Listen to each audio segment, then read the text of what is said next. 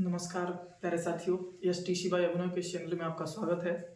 जैसा कि मैंने पिछले वीडियो में आप लोगों को बहुविकल्पीय प्रश्न के बारे में बताया था, तो इस वीडियो में मैं लेकर के आया हूं कक्षा 10 से विज्ञान से संबंधित जितने भी महत्वपूर्ण अभिक्रियाएं हैं जो कि पेपर में आते रहते हैं, मैं उन प्रश्नों को लेकर के आया हूं और उसी के माध्यम से आप इसको अच्छे से तैयार कर लीजिए, पूरी कॉन्सेप्ट सीख लीजिए और कॉन्सेप्ट सीखने के साथ साथ इसको प्रैक्टिस कीजिए और आने वाले जो पेपर हैं, बोर्ड पेपर है, उसमें अच्छे स्कोर कीजिएगा और चैनल से जुड़े रहिए और साथ ही साथ अपने और भी दोस्तों को चैनल से जोड़िए ताकि उनको भी इसका लाभ मिल सके। आते हैं वीडियो पे। तो जैसे कि हम लोगों के सामने जो हमारा क्वेश्चन है ये कह रहा है, अब इसमें देखना क्या है बच्चों, हमारा जो क्या है यहाँ पे हमने इस लोगों में क्या बताया, आपको बताया है कि कक्षा 10 के विद्यार्थियों के लिए सभी महत्वपूर्ण अभिक्रिया एक ही वीडियो में। इस वीडियो की खासियत ये है। दूसरी बात यह है कि एक बार इस वीडियो को आप देखते हैं, यानी परीक्षा से पहले एक बार आप देखते हैं तो आप पूरा उम्मीद यानी गारंटी है कि आप इसको अच्छे से स्कोर कर सकते हैं। चलिए क्वेश्चन को लेते हैं। तो क्वेश्चन हमारा जो पहला रिएक्शन है कॉम्बिनेशन रिएक्शन, जिसको हम संयोजन अभिक्रिया कहते हैं। तो बच्चों जब हम संयोजन अभिक्रिया की बात करते हैं तो संयोजन अभिक्रिया पेपर में काफी बार पूछा गया है, तो काफी बार पूछा जाता है, तो इसका मतलब है कि ये बहुत ही इंपॉर्टेंट है। अब संयोजन अभिक्रिया है क्या, चलिए इसके बारे में जानते हैं। तो संयोजन अभिक्रिया को हम क्या बताते हैं, चलिए सुनिएगा ध्यान से, एक एक शब्द को अच्छे से समझिएगा। देखो, वह रासायनिक अभिक्रिया, इसको ऐसे बोलते हुए, लिखते हुए, नोट्स बनाते हुए चलेंगे और रिवाइज करते हुए चलेंगे। वह रासायनिक अभिक्रिया जिसमें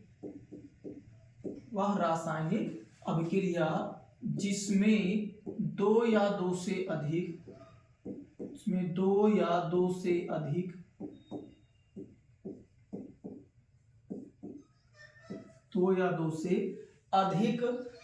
अभिकारक, ध्यान दीजिएगा, अभिकारक, इसको हम रिएक्टेंट कहते हैं बेटा। दो या दो से अधिक अभिकारक परस्पर क्रिया करके केवल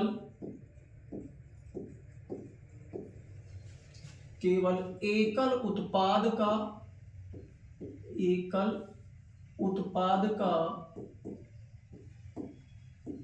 निर्माण करते हैं, एकल उत्पाद का निर्माण करते हैं। तो यहां से ये बात आई, एकल उत्पाद का निर्माण करते हैं, संयोजन अभिक्रिया कहलाती है, संयोजन अभिक्रिया कहलाती है। अब इसका मतलब समझो, अभिक्रिया कहलाती है। इस डेफिनेशन क्या कहता है और इस डेफिनेशन में क्या बताया गया हमें, ध्यान से सुनिए। कह रहा है कि वह रासायनिक अभिक्रिया जिसमें दो या दो से अधिक अभिकारक, बच्चों अभिकारक क्या होते हैं, वह पदार्थ जो किसी भी रासायनिक अभिक्रिया में भाग लेते हैं, यानी कि पार्टिसिपेट करते हैं, ठीक है। जैसे मैंने दो यौगिक लिया और दोनों को मिलाया, तो जो दो यौगिक लेकर के मिलाया मैंने, वो दोनों क्या कहलाएंगे बच्चों, वो कहलाएंगे अभिकारक। चलो, अभिकारक को एक नाम और क्रियाकारक भी कहते हैं और इसको अंग्रेजी में हम रिएक्टेंट के नाम से जानते हैं। तो वह रासायनिक अभिक्रिया जिसमें दो या दो से अधिक अभिकारक परस्पर क्रिया करके केवल एकल, इसका ध्यान रहे, केवल एकल, इसमें ओनली वन प्रोडक्ट, कोई अदर प्रोडक्ट बिल्कुल भी नहीं, केवल और केवल एक ही प्रोडक्ट यानी एक ही उत्पाद का निर्माण होता है, यहाँ पे निर्माण होता है, संयोजन अभिक्रिया कहलाती है। संयोजन अभिक्रिया को हम समझते कैसे हैं, सम का मतलब होता है साथ में, और फिर आ रहा है शब्द योजन। अब योजन का मतलब आपको पता ही है, योग यानी जुड़ना, तो साथ में जुड़ना। मतलब हम क्या करेंगे, इसका शाब्दिक अर्थ क्या निकाल कर हम लोग लेकर क्या है कि साथ में जुड़ना, मतलब कोई भी दो अभिकारक साथ में क्रिया करे और क्रिया करके एकल उत्पाद का निर्माण बनाए, और कैसे बनाए, साथ में जुड़ करके बनाए। तो ऐसी अभिक्रिया को हम संयोजन अभिक्रिया कहते हैं। और प्यारे बच्चों, इसको हम एक अन्य नाम जो है, उस अन्य नाम का है, इसको हम योगात्मक अभिक्रिया भी कहते हैं। इसको हम क्या कहते हैं बच्चों? योगात्मक अभिक्रिया भी कहते हैं। तो इसको अन्य नाम योगात्मक। तो बच्चों योगात्मक अभिक्रिया और संयोजन अभिक्रिया दोनों एक ही प्रकार की अभिक्रिया है। आपके पेपर में पूछता क्या है? योगात्मक अभिक्रिया भी पूछता है और संयोजन अभिक्रिया भी पूछता है। बच्चों संयोजन अभिक्रिया अगर पूछ रहा है तो आपको चैप्टर नंबर 1 से पूछ रहा है, रासायनिक अभिक्रिया और समीकरण से।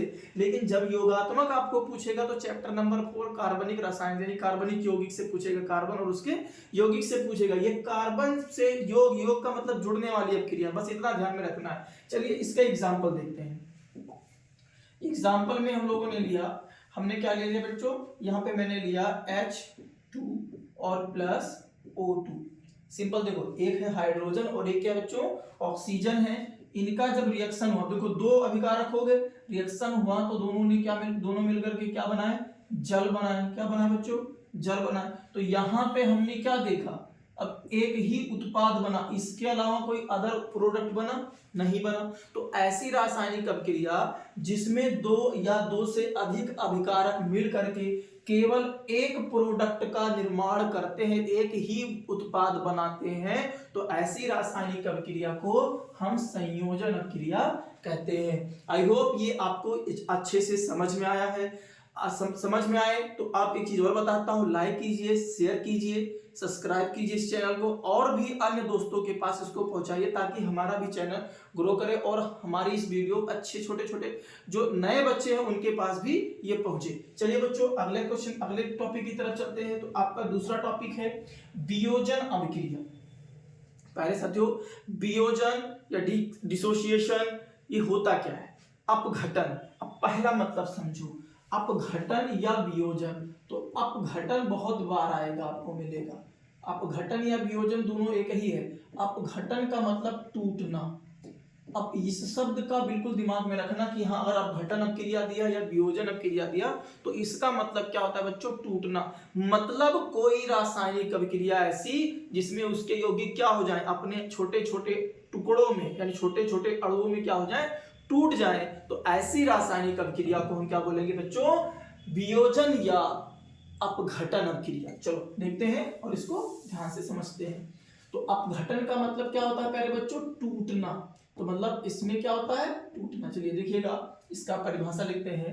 लिखिएगा वह रासायनिक अभिक्रिया, वह रासायनिक अभिक्रिया,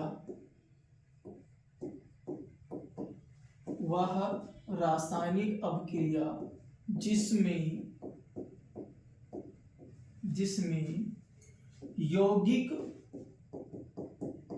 जिसमें यौगिक बाह्य कारकों, अब ये बाह्य कारक कौन होंगे बच्चों? ये बाह्य कारक होंगे आपके ताप, प्रकाश और विद्युत धारा। बाह्य कारकों कौन कौन? ताप, प्रकाश और विद्युत धारा के, मतलब वह रासायनिक अभिक्रिया जिसमें यौगिक बाह्य कारकों के प्रभाव से, इसके इफेक्ट से यानी बाह्य कारकों के प्रभाव से अपने अवयवी का मतलब जो उनके जिससे वो मिलकर के बने थे, अपने अवयवी कणों में क्या होते हैं प्यारे बच्चों? टूट जाते हैं। क्या होते हैं? टूट जाते हैं। अपने अवयवी कणों में क्या होते हैं बच्चों? टूट जाते हैं। तो ऐसे अभिक्रिया को हम क्या कहते हैं? अपघटन या वियोजन अभिक्रिया कहते हैं या कहलाती है। तो ऐसी अभिक्रिया क्या कहलाती है प्यारे बच्चों? अपघटन या वियोजन अभिक्रिया कहलाती है। समझ में आ गया? फिर से एक बार इसको रिवाइज कर देते हैं। मतलब कि वह रासायनिक अभिक्रिया जिसमें यौगिक बाह्य कारकों के प्रभाव से अपने अवयवी कणों में टूट जाते हैं, अपघटन या वियोजन अभिक्रिया कहलाती है। तो ये बाह्य कारक कौन कौन से बच्चों? ताप है, प्रकाश है और विद्युत धारा है। अब इसका एग्जाम्पल पहले समझते हैं, एग्जाम्पल से पहले इसके टॉपिक को और समझ लेते हैं, डीप समझ लेते हैं। पहले बच्चों ये हम लोगों के साथ ये अब यहाँ पे जो हम पढ़ते हैं ध्यान दीजिएगा, जो ये अपघटन अपक्रिया होगी ये 3 प्रकार की होगी। अब 3 प्रकार में कौन कौन सा होगा ध्यान दीजिएगा, तो यहाँ पे मैं लिख देता हूं, ध्यान से सुनिएगा। अपघटन अभिक्रिया 3 प्रकार की, अपघटन अभिक्रिया 3 प्रकार की होती है। अपघटन अभिक्रिया कितने प्रकार की होती है बच्चों? 3 प्रकार की होती है। अब ये 3 प्रकार कौन से हैं? अब 3 प्रकार में नंबर 1 है इसका प्रकाश वियोजन या अपघटन। प्रकाश वियोजन या अपघटन क्या होगा? देखो पेपर में ये भी पूछ लेता है, ऐसा कुछ नहीं है कि सिलेबस में केवल यही है वियोजन तो वियोजन ही पूछ लेगा, इसके प्रकार को भी पूछ लेता है। तो प्रकाश वियोजन या अपघटन, तो प्रकाश वियोजन या अपघटन क्या होता है? इसका मतलब समझो, मतलब ऐसी अभिक्रिया जिसमें यौगिक प्रकाश के प्रभाव से, जिसमें यौगिक लिख देता हूं, वह अभिक्रिया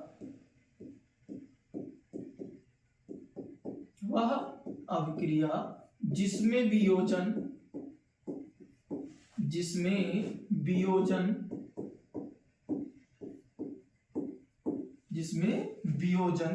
प्रकाश के द्वारा होता है, जिसमें वियोजन प्रकाश के द्वारा होता है,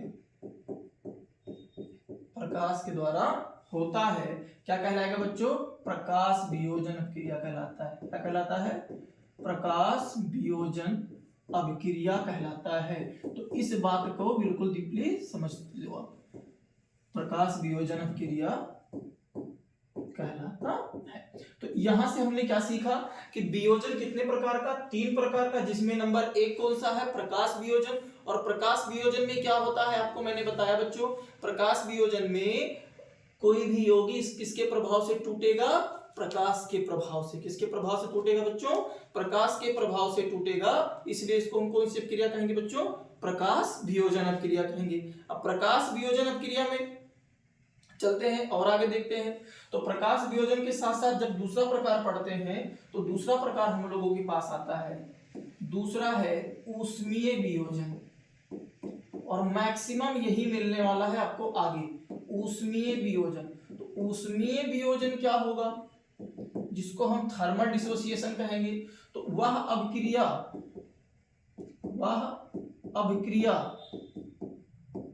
जिसमें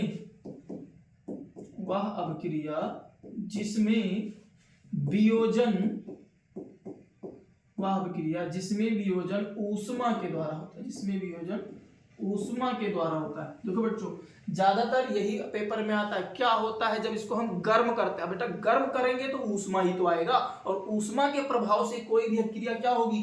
टूटेगी। वह अभिक्रिया जिसमें वियोजन ऊष्मा के द्वारा होता है, ऊष्मा के द्वारा होता है, कौन सी अभिक्रिया कहलाती है?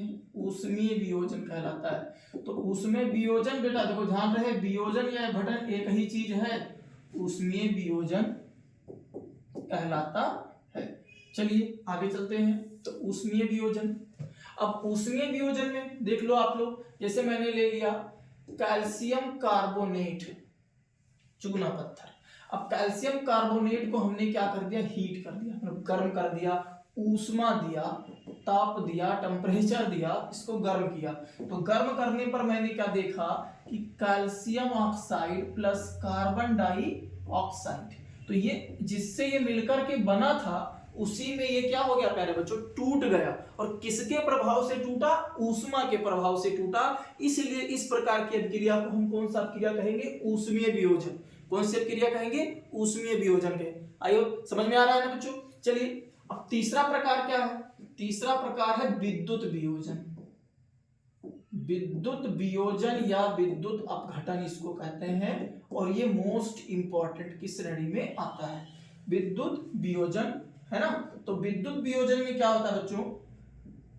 ध्यान दीजिएगा, वह अभिक्रिया बस एक याद है, बस सब याद कर लोगे, कोई दिक्कत नहीं, बस इसके नाम से याद करना है। इसमें क्या था, ऊष्मीय वियोजन, तो ऊष्मा के द्वारा वियोजन होगा। विद्युत वियोजन, तो किसके द्वारा वियोजन होगा, विद्युत के द्वारा होगा। वह अभिक्रिया जिसमें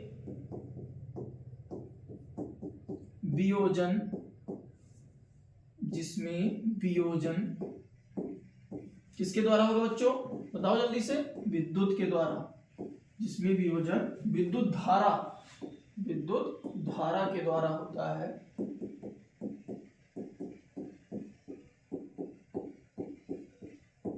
क्या कहलाता है, विद्युत वियोजन कहलाता है। विद्युत वियोजन कहलाता है। अब विद्युत वियोजन कहलाता है तो इसका एग्जाम्पल भी चाहिए हमें, तभी तो हम सीख पाएंगे। चलो बच्चों कोई दिक्कत नहीं, आज आराम से सीखते हैं इसको हम। अब विद्युत वियोजन की जब बात करते हैं तो मैंने यहाँ पे देखो क्या ले लिया, आप अच्छे से देखना, मैंने ले लिया H2SO4 सल्फ्यूरिक एसिड। अब इसको हमने क्या किया, इसको हमने किया विद्युत वियोजन। क्या कर दिया, विद्युत धारा प्रवाहित करा दी। क्या प्रवाहित कराया, विद्युत धारा। तो जब विद्युत धारा प्रवाहित कर दिया तो ये अपने अणुओं में क्या हो गया प्यारे बच्चों, टूट गया। सल्फेट अपने निगेटिव आयन में, है ना, सल्फेट अपने निगेटिव आयन में और हाइड्रोजन अपने आयन में, देखो क्या हो गया, अलग अलग टूट गया। जब ये अलग अलग टूट गया तो ये किसके द्वारा हुआ, विद्युत धारा के द्वारा हुआ। अब विद्युत धारा के द्वारा होने वाला वियोजन कैसा वियोजन, विद्युत वियोजन कहलाएगा। समझ में आया। चलिए अगले टॉपिक पे चलते हैं। अगला टॉपिक है बच्चों विस्थापन या प्रतिस्थापन अभिक्रिया। पहले बच्चों विस्थापन या प्रतिस्थापन अभिक्रिया को हम इस प्रकार के समझते हैं, जैसे किसी भी समुदाय में हम देखते हैं कि जो छोटा सा कमजोर व्यक्ति होगा उसको अधिक बलशाली व्यक्ति क्या करता है, उसको हटा के बैठ जाता है, या उसको आते देख वो खुद जगह छोड़ करके भाग जाता है। ठीक उसी प्रकार यहाँ पे विस्थापन या प्रतिस्थापन अभिक्रिया भी उसी प्रकार से है। तो विस्थापन या प्रतिस्थापन अभिक्रिया में क्या होता है कि वह अभिक्रिया, इसको ध्यान से समझिएगा, वह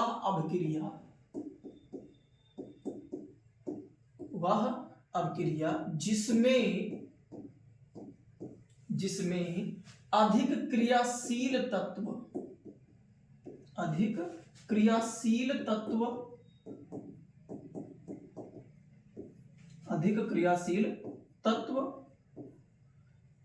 कम क्रियाशील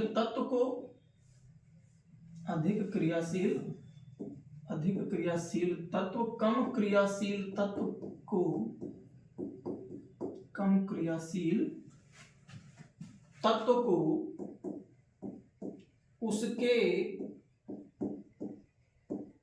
कम क्रियाशील तत्व को उसके विलयन से विस्थापित लिख दो यहाँ पे, क्या करो, क्योंकि नाम वही आया है ना विस्थापन, तो विस्थापित कर देता है। क्या कर देता है, विस्थापित कर देता है। और अब विस्थापित करेगा तो उसकी जगह क्या करेगा, स्वयं, और उसकी जगह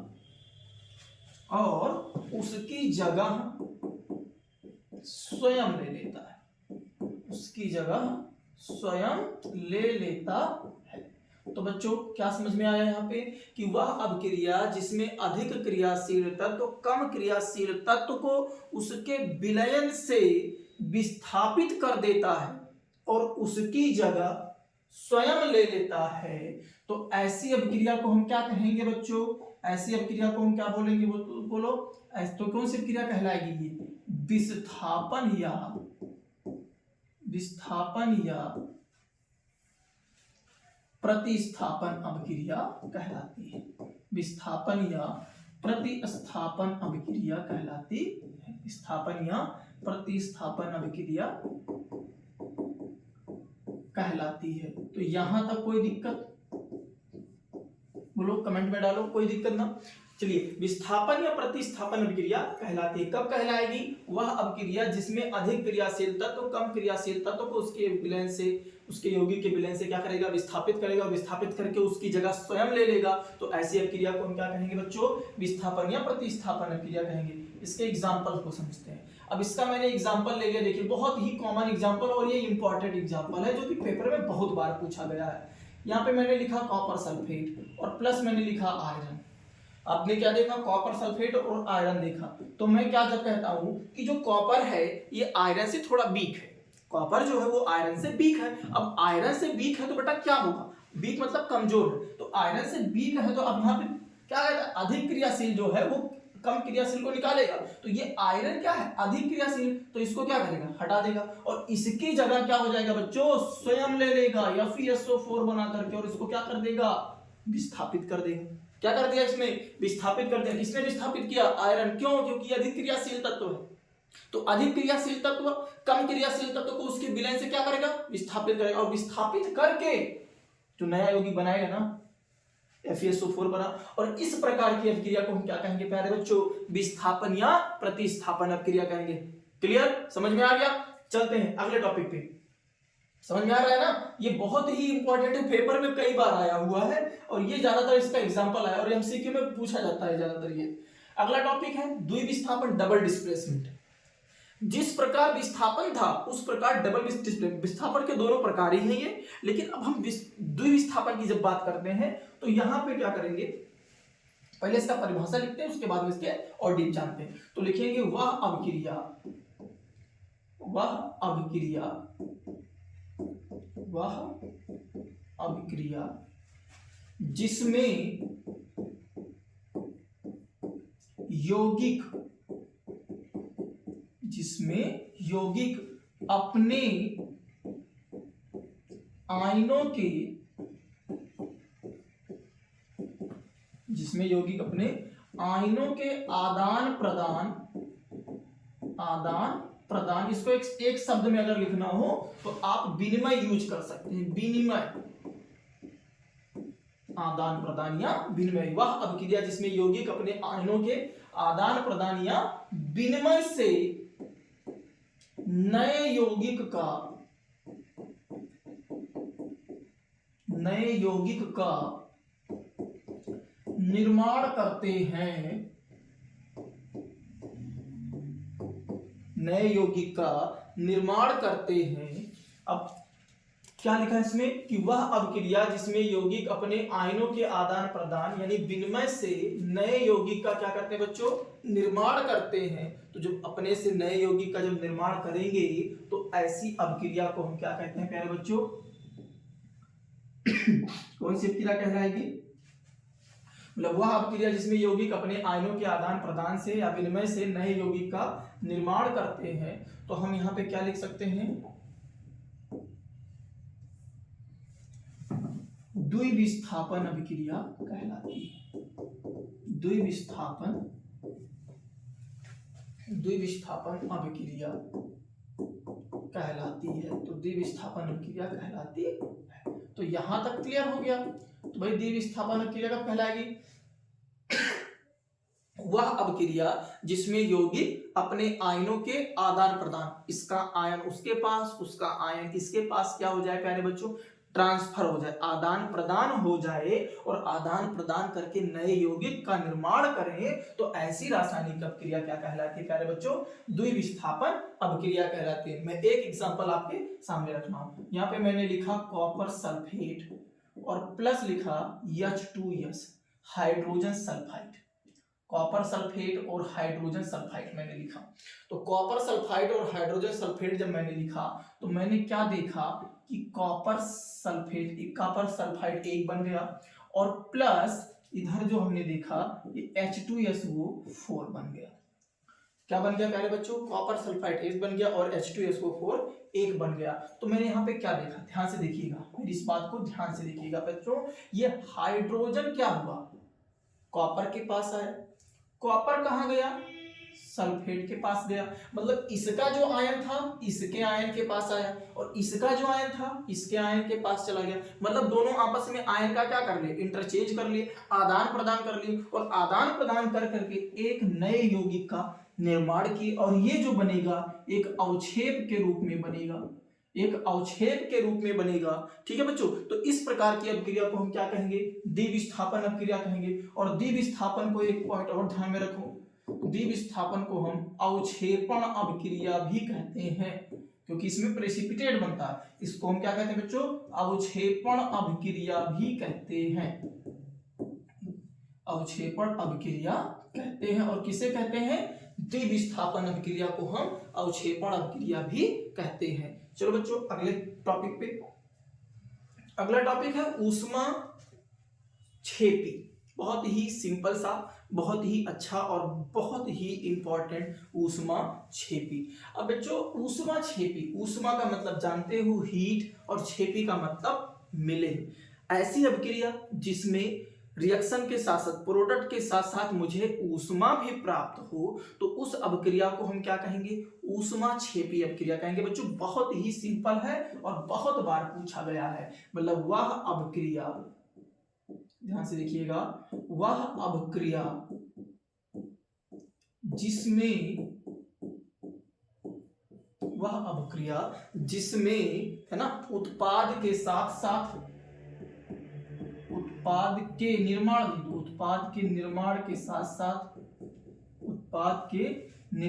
के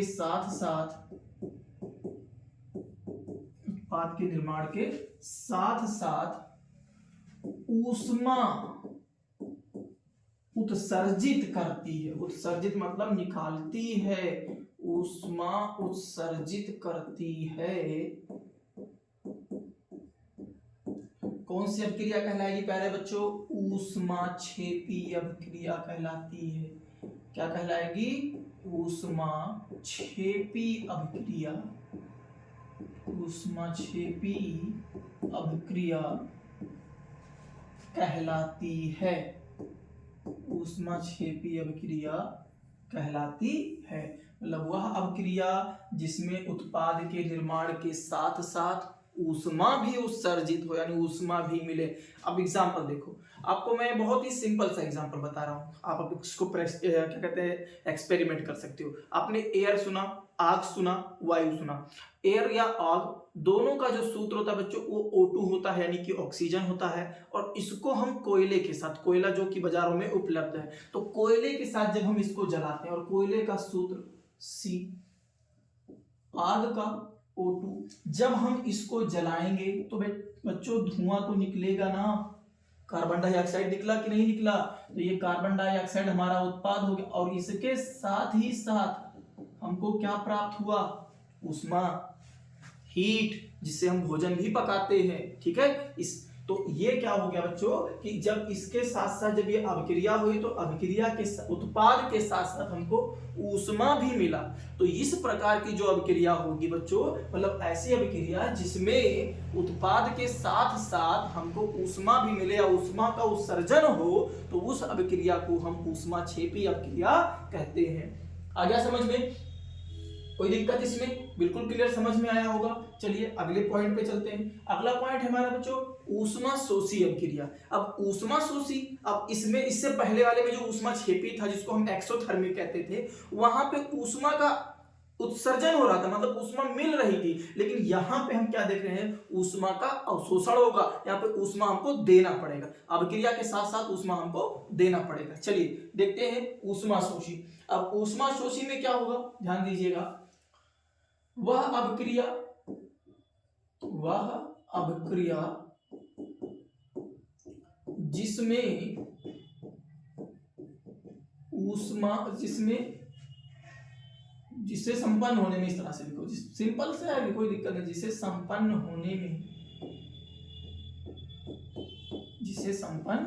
होने में ऊष्मा का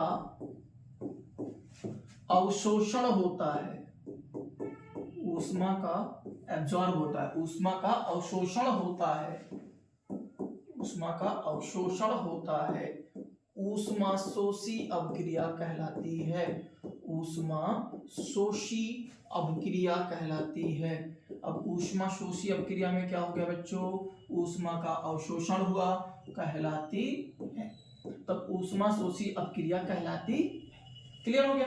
अब बच्चों यहाँ पे हमने क्या सीखा कि इसमें मैंने देखा कि जैसे इससे पहले वाले में ऊष्मा हमको मिल रहा था, बट इस वाले में हम क्या देख रहे हैं कि ऊष्मा हमको देना पड़ रहा है। तो जिस अभिक्रिया में हमको ऊष्मा देना पड़ रहा है, जैसे हम चाय पकाते हैं, चाय में मैंने क्या ले रखा? पानी ले रखा, चीनी डाला, उसमें चाय की पत्ती डाली।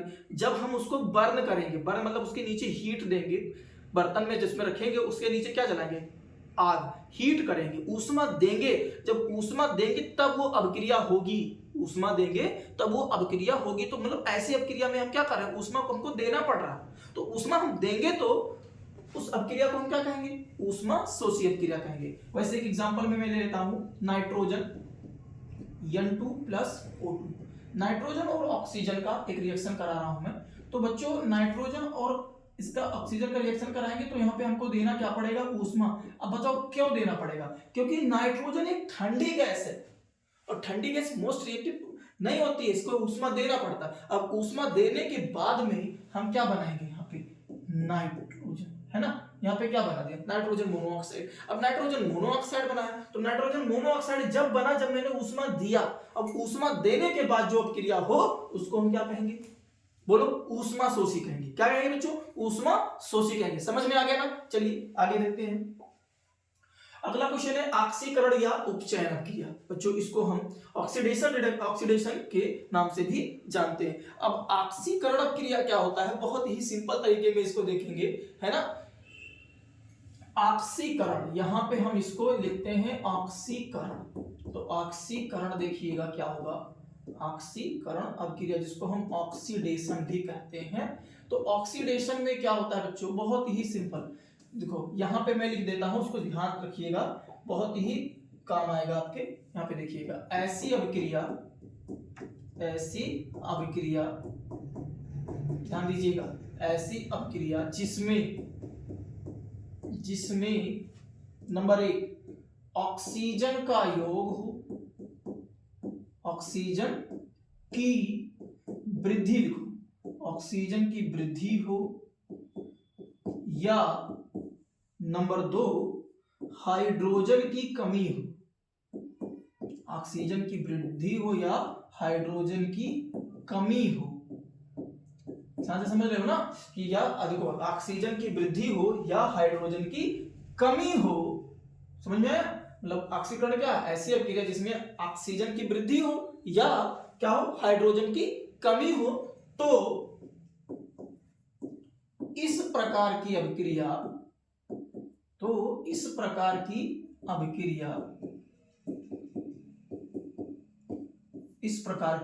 क्या कहलाएगी बच्चों, ऑक्सीकरण अभिक्रिया कहलाएगी। क्या कहलाएगी, ऑक्सीकरण अभिक्रिया कहलाती है। कौन सी अभिक्रिया कहलाती है, ऑक्सीकरण अभिक्रिया कहलाती है। अंग्रेजी में इसको ऑक्सीडेशन बोलेंगे, गेन ऑफ ऑक्सीजन। इसको एनसीईआरटी की बुक में उपचयन लिखा हुआ है। तो बच्चों अब यहाँ पे देखना है कि तो इस प्रकार की अभिक्रिया क्या कहला रही है, ऑक्सीकरण अभिक्रिया कहला रही है। सिंपल है, क्या होगा, ऑक्सीजन का योग यानी वृद्धि होगी, गेन होगा, किसका गेन होगा, ऑक्सीजन का। मतलब ऐसी अभिक्रिया जिसमें ऑक्सीजन की वैल्यू बढ़ जाए यानी ऑक्सीजन की वृद्धि हो जाए, तो उसको हम क्या कह देंगे बच्चों, उसको हम क्या बोलेंगे, आप ही बोलो क्या बोलेंगे, बताओ जल्दी से, ऑक्सीकरण अभिक्रिया। चलो ऑक्सीकरण अभिक्रिया के बारे में और थोड़ा सा डीप नॉलेज लेते हैं, मतलब इसके एक एग्जांपल के साथ इसको सीखते हैं। तब जब हम इसके एक एग्जांपल को लेंगे ऑक्सीकरण अभिक्रिया के, तो क्या देखेंगे हमने, चलिए दिखाते हैं आपको। आई होप समझ में आपको अच्छे से आ रहा होगा। एक अच्छा सा एग्जांपल ले ले ताकि आपको कोई दिक्कत ना हो। अब हम देखेंगे एक एग्जांपल में, जैसे देखो बहुत ही वही पहला वाला एग्जांपल लेकर आपको दे देता हूं। जैसे मैंने लिया H2 और प्लस मैंने क्या लिया, O2 ले लिया। क्या ले लिया, H2 ले लिया, H2 प्लस क्या ले लिया बच्चों, O2 ले लिया। वही हाइड्रोजन वही ऑक्सीजन। तो यहां पे मैंने क्या देखा, यहां पे मैंने देखा H2 और साथ में O। तो यहां पे मैंने क्या देखा कि ये ऑक्सीजन यहां पे क्या हो रहा है, वृद्धि कर रहा है कि नहीं कर रहा है, जुड़ रहा है कि नहीं जुड़ रहा है, किसके साथ, हाइड्रोजन के साथ। हाइड्रोजन के साथ जुड़ा ना, हाइड्रोजन पे ऑक्सीजन की वृद्धि हो गई कि नहीं हो गई, हो गई ना हो। तो ये जब हो गई ऑक्सीजन की वृद्धि, तो इस प्रकार की अभिक्रिया को हम क्या कहेंगे, बोलो क्या कहेंगे, ऑक्सीकरण अभिक्रिया कहेंगे। क्या कहेंगे बच्चों, ऑक्सीकरण अभिक्रिया कहेंगे। सिंपल है ना, समझ में आ रहा है ना। चलिए आगे देखते हैं। जब ये अभिक्रिया क्लियर हो जाती है तब हम इसके बारे में थोड़ा सा और नॉलेज करते हैं। जब संयोजन विस्थापन विधि, बहुत सी ऐसी अभिक्रिया हैं जो हमेशा पूछे जाते हैं और ये बार बार पेपर्स में आते रहते हैं। तो बच्चों जिसमें क्या हो, ऑक्सीजन की वृद्धि हो, क्या कहलाएगा, सिंपल, इतना दिमाग में रखो, जिसमें ऑक्सीजन की वृद्धि हो या हाइड्रोजन की क्या हो जाए, कमी हो जाए, तो ऐसी क्रिया को हम क्या कहेंगे बच्चों, ऑक्सीकरण क्रिया कहेंगे। इसको हम उपचयन क्रिया भी कहते हैं। चलिए अगला देखते हैं। तो अगला जो हमारा है, अगला हमारा है उपचयन, सॉरी अपचयन क्रिया। अपचयन को हम यहाँ पे क्या कहते हैं बच्चों, रिडक्शन कहते हैं। क्या कहते हैं, रिडक्शन रिएक्शन। रिडक्शन रिएक्शन का मतलब समझो। अब रिडक्शन में क्या होता है, वह अभिक्रिया, इसी का उल्टा जो अभी मैंने पढ़ा, यानी अभी पहले बताया आपको, उसी का जस्ट उल्टा, वह अभिक्रिया जिसमें, वह अभिक्रिया जिसमें नंबर 1 हाइड्रोजन का वृद्धि, यानी हाइड्रोजन की वृद्धि हो, हाइड्रोजन की वृद्धि हो, यानी हाइड्रोजन बढ़े, हाइड्रोजन की वृद्धि हो, या एक ही मैं कर देता हूं, या ऑक्सीजन की कमी हो, ऑक्सीजन की कमी हो, जिसमें हाइड्रोजन की वृद्धि हो या ऑक्सीजन की कमी हो, तो वह अभिक्रिया, मतलब तो यह कौन सी अभिक्रिया कहलाएगी बच्चों, अपचयन अभिक्रिया कहलाती है। क्या कहलाती है, अपचयन अभिक्रिया कहलाती है। ठीक, तो समझ में आ गया। मतलब इसमें क्या निकल के आया कि हाइड्रोजन की वृद्धि हो या हाइड्रोजन की वृद्धि के हो, दूसरी बात क्या है, ऑक्सीजन की कमी हो, या तो हाइड्रोजन की वृद्धि हो या तो ऑक्सीजन की कमी हो, तो ऐसी अभिक्रिया को हम क्या कहते हैं प्यारे बच्चों, ऐसी अभिक्रिया को हम क्या कहते हैं, ऐसी अभिक्रिया को हम अपचयन अभिक्रिया कहते हैं। क्या कहते हैं बच्चों, अपचयन अभिक्रिया। ठीक है, अब देखो एक एग्जांपल इसके साथ मैं करता हूं। यहाँ पे मैंने लिया CuO और प्लस मैंने ले लिया H2, कॉपर ऑक्साइड का, इसमें हमने क्या दे रखा, टेम्परेचर दिया। तो कॉपर ऑक्साइड का मैंने रिएक्शन किया हाइड्रोजन के साथ, तो मैं यहां पे क्या देख रहा हूं, Cu plus H2O, Cu plus H2O। अब यहां पे आप देखिए, इस कॉपर पे, इस कॉपर पे जब यहां पे ये पहुंचा तो यहां इसके पास ऑक्सीजन था, बट यहां पे ऑक्सीजन नहीं है। अब डेफिनेशन में आओ, ऑक्सीजन की क्या हो जाए बच्चों, कमी हो, तो यहां पे ऑक्सीजन की कमी हुई कि नहीं हुई, हो गई ना। अब यहाँ पे ऑक्सीजन की कमी हो गई, और यहाँ पे जब ऑक्सीजन की कमी हुई तो इसमें कौन सी अभिक्रिया हो गई बताओ, ऑक्सीकरण हुआ कि नहीं हुआ, सॉरी अपचयन हुआ कि नहीं हुआ, बताओ। जब ऑक्सीजन की कमी होगी तो क्या होगा बच्चों, अपचयन होगा। समझ में आ गया ना, क्लियर, लाइट ठोको फट से। चलिए अगला, अगला हम लोगों में क्या है, अपचोपचय। देखिए एनसीईआरटी की भाषा में इसको हम अपचोपचय कहते हैं, और जो कॉमन नेम है, जो मैक्स पूछा ज्यादातर जाता है, वो है रेडॉक्स अभिक्रिया। तो रेडॉक्स अभिक्रिया क्या, या इसको आक्सो अपचय भी कहते हैं। तो रेडॉक्स, यहाँ पे पहले समझो, रेडॉक्स, रेडॉक्स यहां से बना रेड, और रेड का मतलब हुआ रिडक्शन, रेड का मतलब क्या हो गया बच्चों, रिडक्शन, और यहाँ पे फिर मिला ऑक्स, और ऑक्स का मतलब हुआ ऑक्सीडेशन।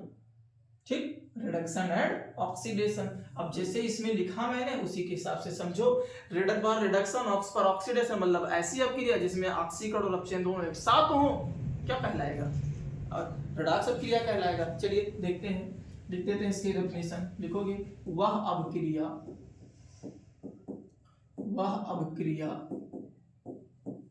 जिसमें, जिसमें ऑक्सीकरण व अपचयन, जिसमें ऑक्सीकरण व अपचयन दोनों एक साथ होते हैं, ऑक्सीकरण व अपचयन दोनों एक साथ संपन्न होते हैं, एक साथ संपन्न होते हैं, रेडॉक्स अभिक्रिया कहलाती है, रेडॉक्स अभिक्रिया कहलाती है। तो यहाँ पे क्या बात आ गया बच्चों, रेडॉक्स अभिक्रिया कहलाती है। तो यहाँ पे हमने क्या देखा कि वह अभिक्रिया जिसमें ऑक्सीकरण और अपचयन, रिडक्शन और ऑक्सीडेशन दोनों अभिक्रियाएं क्या हो जाए, साथ में ही संपन्न हो, तो ऐसी अभिक्रिया को हम क्या कहेंगे बच्चों, रेडॉक्स रिएक्शन या रेडॉक्स अभिक्रिया कहते हैं। चलो एक एग्जांपल लेता हूं, जैसे कि पिछला एग्जांपल लेता हूं वही एग्जांपल ले रहा हूं। यहाँ पे मैंने क्या ले रखा, यहाँ पे लिया CuO प्लस मैंने लिया H2, तीर लगाया, बना क्या, Cu अलग और H2O अलग। अब इसको ध्यान से समझिएगा क्या हो रहा है इसमें। हम यहाँ पे क्या देख रहे हैं, इस कॉपर को यहाँ पे लाओ कॉपर में, और इस वाले में देखो यहाँ पे।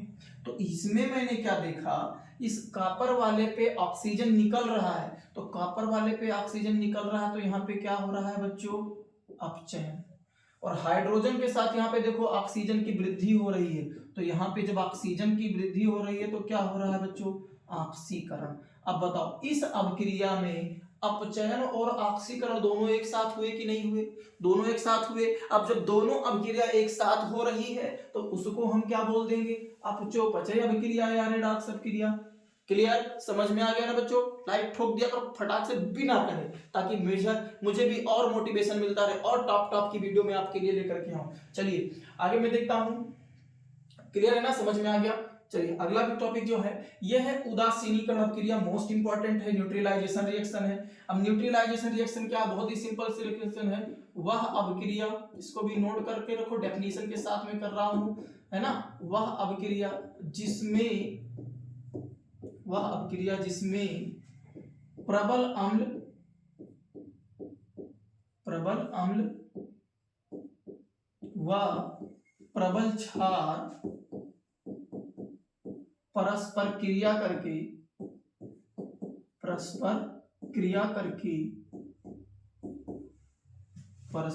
करके लवण तथा जल बनाते हैं, उदासीनीकरण अभिक्रिया कहलाती है। उदासीनीकरण अभिक्रिया कहलाती है। अब बच्चों आपको मैं बताता हूं कि उदासीनीकरण अभिक्रिया कहलाती है, तो ये उदासीन नाम कैसे पड़ा, उदासीनीकरण अभिक्रिया कहलाती है, न्यूट्रलाइजेशन रिएक्शन कहलाता है बच्चों। जैसे उदासीनीकरण अभिक्रिया की जब हम बात करते हैं तो अम्ल की पहचान H+ आयन और क्षार की पहचान OH- आयन। जब ये दोनों एक दूसरे से रिएक्शन करते हैं तो दोनों की जो प्रबलता होती है यानी ताकत होती है उसकी H+ आयन, अम्ल का H+ आयन और क्षार का OH- आयन दोनों निकल जाते हैं तो ये बिल्कुल क्या होता है, न्यूट्रल हो जाते हैं, एकदम बिल्कुल क्या कहते हैं, ताकत भी सक्रियता खत्म हो जाती है। तो इसी को हम क्या कहेंगे, न्यूट्रलाइजेशन रिएक्शन कहेंगे, और इसको हम एक रिएक्शन के थ्रू देखते हैं। चलिए देखिए इसके एग्जांपल में मतलब इसका रिएक्शन देखते हैं। तो मैंने यहाँ पे एक प्रबल क्षार लिया यानी ये OH ले लिया, और प्रबल एसिड में मैंने ले लिया HCl ले लिया। तो बच्चों जैसे इसकी अभिक्रिया होती है तो अभिक्रिया के साथ साथ हमको क्या मिलता है, पहले तो एक लवण बनता है यानी ये Cl मिल गया, और साथ ही साथ लवण के साथ क्या बनता है बच्चों, जल बनता है। तो मतलब ऐसी अभिक्रिया है ना जिसमें प्रबल अम्ल प्रबल क्षार के साथ, ऐसी अभिक्रिया जिसमें प्रबल अम्ल प्रबल क्षार के साथ परस्पर क्रिया करके लवण तथा जल बनाते हैं। क्या बनाते हैं बच्चों, लवण तथा जल बनाते हैं। तो ऐसी अभिक्रिया को हम उदासीनीकरण अभिक्रिया या न्यूट्रलाइजेशन रिएक्शन के नाम से जानते हैं, और उसे हम न्यूट्रलाइजेशन या उदासीनीकरण अभिक्रिया कहते हैं, जिसमें क्या होगा, प्रबल क्षार और अम्ल। तो प्रबल क्षार और अम्ल परस्पर क्रिया करके क्या बना रहे हैं बच्चों, यहाँ पे परस्पर क्रिया करके लवण तथा जल बनाते हैं। तो इस अभिक्रिया को हम उदासीनीकरण अभिक्रिया कहते हैं, याद कर लो, और यहीं से जाकर के पेपर में एकदम तोड़ फोड़ डालना बच्चों, बिल्कुल पूरा उम्मीद है, अपने का वादा है आपके साथ। चलिए अगला टॉपिक है एस्टरीकरण, इसको एस्टरीफिकेशन रिएक्शन कहेंगे। ये भी बहुत बार पूछा गया है, आप कुछ भी पढ़ के देखिएगा, प्रीवियस ईयर पेपर उठा के देखिएगा तो बहुत बार मिला। एस्टर में होता क्या है देखिएगा, जब कार्बोक्सिलिक अम्ल, इस तरह से मैं तुमको समझा देता, पहले समझ लो। जिस प्रकार प्रबल अम्ल और प्रबल क्षार मिलकर करके लवण तथा जल बनाते हैं तो उस अभिक्रिया को हम उदासीनीकरण अभिक्रिया कहते हैं। ठीक उसी प्रकार कार्बोक्सिलिक अम्ल और एल्कोहल मिलकर के, कौन कौन, कार्बोक्सिलिक अम्ल और एल्कोहल मिलकर के परस्पर एस्टर तथा जल बनाते हैं। क्या बनाते हैं, एस्टर तथा जल बनाते हैं, और इसी अभिक्रिया को हम क्या कहते हैं बच्चों, एस्टरीकरण अभिक्रिया कहते हैं। याद कर लो, लिखोगे जब यह इस तरह से लिखो, वह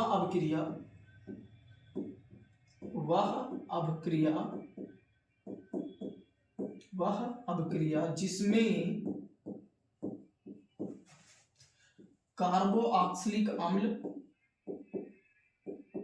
कार्बोक्सिलिक अम्ल व एल्कोहल मिल करके परस्पर क्रिया करके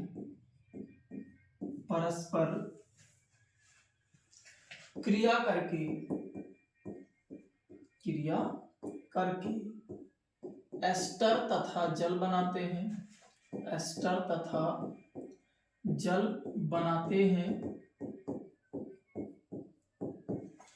तथा क्या बनाते हैं बच्चों? जल बनाते हैं। मतलब कि वह अपक्रिया जिसमें कार्बोक्सिलिक अम्ल व अल्कोहल मिल करके परस्पर क्रिया करके एस्टर तथा जल बनाते हैं, कौन सी अपक्रिया कहलाती है? एस्टरीकरण अपक्रिया कहलाती है। एस्टरीकरण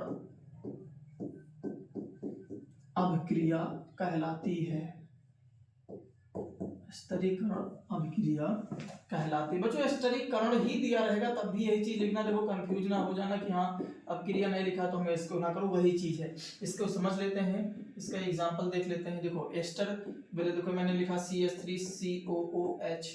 CH3COOH प्लस मैंने क्या ले लिया CH3OH। ये कौन सा है? ये है एसिटिक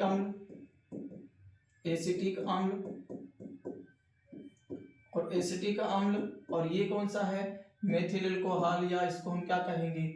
मेथेनॉल कहते हैं। क्या कहते हैं? मेथेनॉल।